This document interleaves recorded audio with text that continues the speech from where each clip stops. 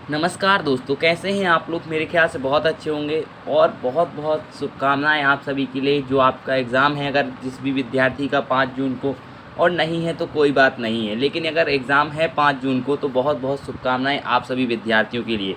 तो आज हम बात करने वाले हैं हर घर तिरंगा स्कीम के बारे में। और हमने हमारे चैनल का नाम भी बदल लिया है, क्योंकि हमने आपसे बहुत दिनों से कह भी रहे थे कि चैनल का एक नया नाम सुझाइए।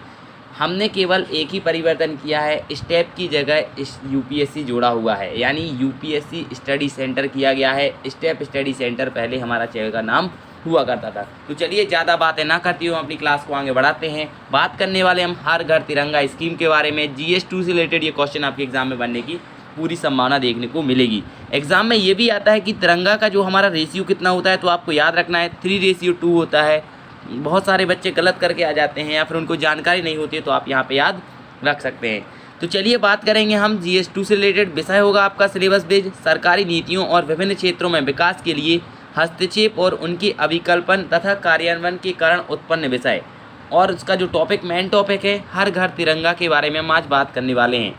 यहाँ पर आप देख भी पा रहे होंगे तिरंगा के बारे में 1906 में किस प्रकार बना था, 1907 में किस प्रकार, 1917 में किस प्रकार, 1921 में किस प्रकार, और हमारे वर्तमान तिरंगे का स्वरूप 1947 में जो है वो देखने को मिला था। तो संदर्भ अगर हम बात करें तो पूरे देश में संशोधित भारतीय ध्वज संहिता revised flag code of India में लागू हो गई है।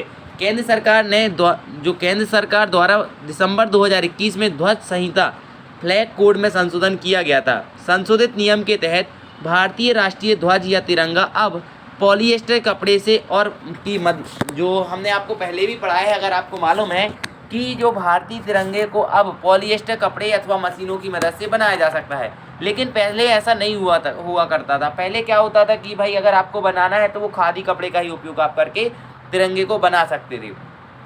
पृष्ठभूमि क्या है, तो पहले भारतीय ध्वज संहिता 2002 के अनुसार राष्ट्रीय ध्वज के निर्माण में केवल खादी या हाथ से काता हुआ कपड़ा का ही प्रयोग करने की अनुमति होती थी। यहाँ पे आप देख पा रहे होंगे हर घर तिरंगा, हर दरवाजे पर तिरंगा कार्यक्रम। हर घर तिरंगा कार्यक्रम में सरकारी भवनों, निजी कार्यालयों और आवासों को कवर करने का प्रस्ताव किया गया है। कि यानी हर घर का मतलब है सरकारी और निजी कार्यालय और आवासों को कवर करने की यहाँ पे बात करी गई है। याद रखना, पहले 2002 की जो तिरंगा संहिता होती थी या फिर भारतीय ध्वज संहिता होती थी, उसके अनुसार हमारे जो तिरंगे झंडे को केवल खादी के द्वारा या फिर हाथ से काता हुआ सूत के माध्यम से ही बनाया जा सकता था। लेकिन अभी वर्तमान में मशीनों से अथवा पॉलिएस्टर से भी इसको बनाया जा सकता है। राष्ट्रीय ध्वज का प्रयोग करने संबंधी कानून की अगर बात करें तो राष्ट्रीय ध्वज के फहराने तथा ध्वज के उपयोग और प्रदर्शन के संबंध में राष्ट्र गौरव अपमान निवारण अधिनियम 1971, prevention of insults of nation honour act 1971 तथा भारतीय ध्वज संहिता 2002 के तहत प्रावधान किए गए हैं। ध्वज संहिता में किए गए पिछले संशोधन की अगर बात करें तो ध्वज संहिता में पहले भी संशोधन किया जा चुका है। भारत की मूल ध्वज संहिता 1947 में सुप्रीम कोर्ट के एक फैसले के बाद वर्ष 2002 में इसमें संशोधन किया गया था। इस संशोधन के द्वारा झंडा प्रदर्शित करने या फहराए जाने संबंधी स्थानों की परिभाषा का विस्तार किया गया था। हालांकि इस संशोधन में ध्वज संहिता के तहत राष्ट्रीय ध्वज के विवरण के संबंधित अंश को नहीं छेड़ा गया था कि उसका जो विवरण है वो किस प्रकार का रहेगा, उसमें कोई परिवर्तन किया जाएगा अथवा नहीं, ये किसी प्रकार का उसमें संशोधन अथवा उसको नहीं छेड़ा गया था। लेकिन अभी वर्तमान में छेड़ दिया गया है, उसको पॉलिएस्टर की भी अनुमति दे दी गई है कि पॉलिएस्टर के तिरंगे झंडे को भी फहराएंगे। आगे अगर हम बात करें मित्रों तो राष्ट्रीय ध्वज का विकास, तो वर्तमान राष्ट्रीय ध्वज पिंगली वेंकैया द्वारा अभिकल्पित किया गया है। किसके द्वारा हमारा डिजाइन किया गया, तो पिंगली वेंकैया द्वारा अधिकल्पित किए गए। भारतीय राष्ट्रीय कांग्रेस ने स्वराज ध्वज को आधारित है। ध्वज में कई बार परिवर्तन किए जाने के बाद वर्ष 1931 में कराची में आयोजित कांग्रेस कमेटी की बैठक में तिरंगे को हमारे राष्ट्रीय ध्वज के रूप में अपनाया गया। भारत के राष्ट्रीय ध्वज के संबंध में संवैधानिक एवं वैधानिक प्रावधान अनुच्छेद 51A संविधान का पालन करना जो आपको देखने को मिलेगा। अनुच्छेद 51A का जो एक आपको संविधान का भाग 4A में देखने को मिलता है, जो हमारे मौलिक कर्तव्य हैं, उसका पहला ही पॉइंट लिखा रहता है संविधान का पालन करना और उसके आदर्शों, संस्थाओं, राष्ट्रध्वज और राष्ट्रगान का सम्मान करना।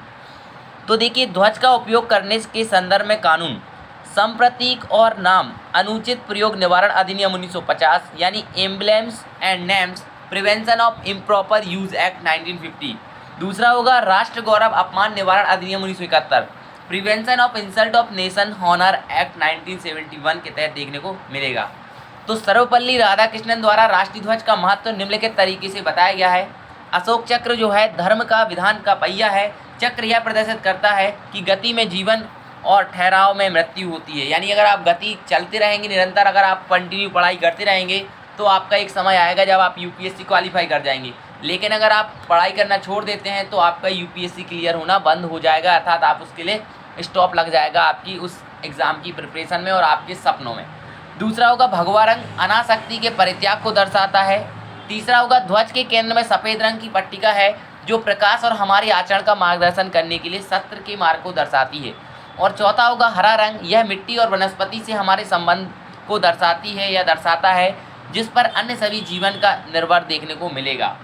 यहाँ पर सर्वपल्ली राधाकृष्णन ने कुछ अलग विचार किए हैं और किसी ने अलग विचार किए हैं। मैंने आपको बताया था कि जो भगवा रंग है वो हिंदू धर्म से रिलेटेड है, ग्रीन कलर मुस्लिम धर्म से रिलेटेड है, और जो बीच में सफ़ेद कलर है वो हमारा किस कलर से देखने को मिलेगा आपको, जो भारत में अन्य धर्म है उससे रिलेटेड है। लेकिन सर्वपल्ली राधाकृष्णन ने इसको अलग डिवाइड किया था, तो इसको आप अपने हिसाब से देखेंगे कि अशोक चक्र जो है वो जीवन और मृत्यु के बारे में बताता है।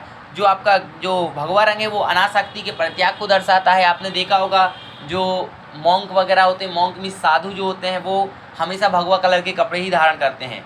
और ध्वज के केंद्र में जो सफ़ेद पट्टिका है वो शांति को दर्शाती है। आपने देखा होगा जब कभी भी सफ़ेद कलर के कबूतर उड़ाए जाते हैं शांति के लिए। और हरा रंग हमारी मिट्टी और बृहस्पति को दर्शाता है। तो इंस्टा जिज्ञासु अगर आप जानना चाहें तो क्या आप वर्ष 1923 में मध्य प्रदेश की जबलपुर और महाराष्ट्र की नागपुर में आयोजित ध्वज सत्याग्रह या झंडा सत्याग्रह के बारे में जानते हैं? तो इस पर क्लिक करके आप पढ़ सकते हैं। प्रीलिम्स लिंक क्या है?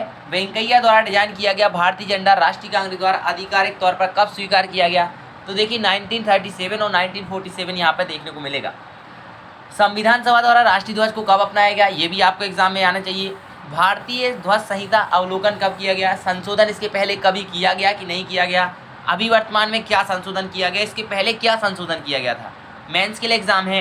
भारतीय ध्वज संहिता 2002 के प्रमुख प्रावधानों पर चर्चा कीजिए। तो आप इसको जाके, हमने ये न्यूज़ आपकी द हिंदू से ली थी, इस बात पे विशेष ध्यान रखें। चलिए, तो ये हमने नया वीडियो आने वाला है, तो कल रिलीज होगा 6 बजे, तो जाके ज़रूर देखिएगा। Murder mystery of Sidhu Moosewala. एक बात याद रखिएगा, आप लोग सोचते होंगे कि हमें ये मिस्ट्री फिस्ट्री पढ़ के क्या करना है, तो हमारी वीडियो देखने में आपको अपने आप मालूम पड़ जाएगा कि उसमें एक जीएस रिलेटेड आप जब आंसर राइटिंग करेंगे तो उसको शब्दों का प्रयोग कर सकते हैं। लेकिन अगर आप नहीं जानते हैं तो आप पुराने एग्जाम पेपर्स को उठा के देखिए, करंट रिलेटेड इशू ही वहाँ पे पूछे जाते हैं। इस बात पे विशेष ध्यान रखें। तो चलिए, बहुत बहुत धन्यवाद। चैनल को लाइक शेयर एंड सब्सक्राइब जरूर कीजिएगा। मिलते हैं फिर नेक्स्ट क्लास में, तब तक के लिए नमस्कार, थैंक यू।